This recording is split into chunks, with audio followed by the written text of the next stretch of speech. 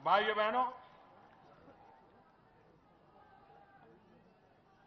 कोई भी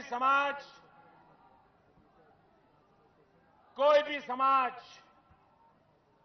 हमारी माताओं बहनों को अन्याय करके आगे नहीं बढ़ सकता है।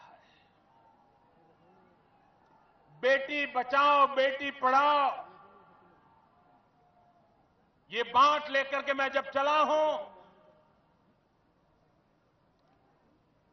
ज्यादातर हिंदू समाज में ऐसी एक विकृत धारणा बन गई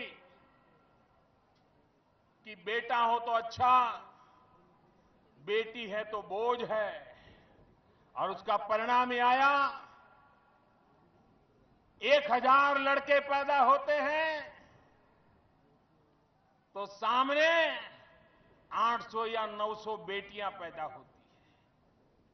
हर 1000 में 100-150 बेटियां कम होती है।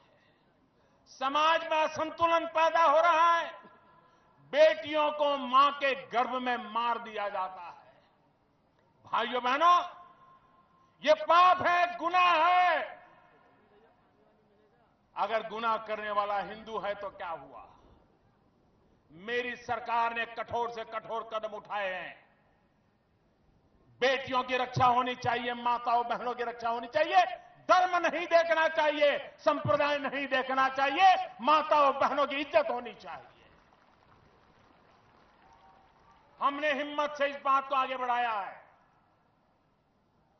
अब बात आई है तलाक की।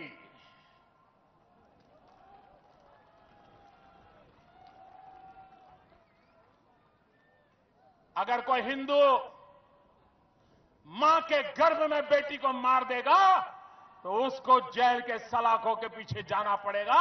वैसे ही मेरी मुसलमान बहन, उसका क्या गुनाह? कोई ऐसे ही टेलीफोन पर 3 तलाक बोल दे और उसकी जिंदगी तबाह हो जाए?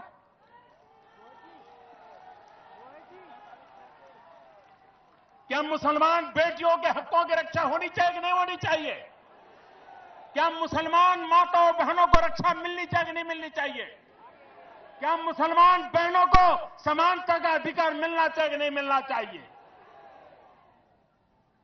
कुछ मुस्लिम बहनों ने अदालत में अपने हकों की लड़ाई लड़ी।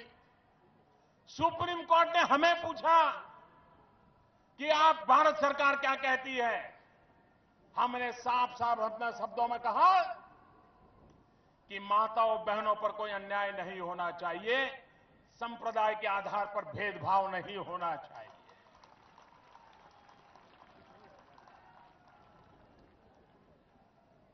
मैं हैरान हूं,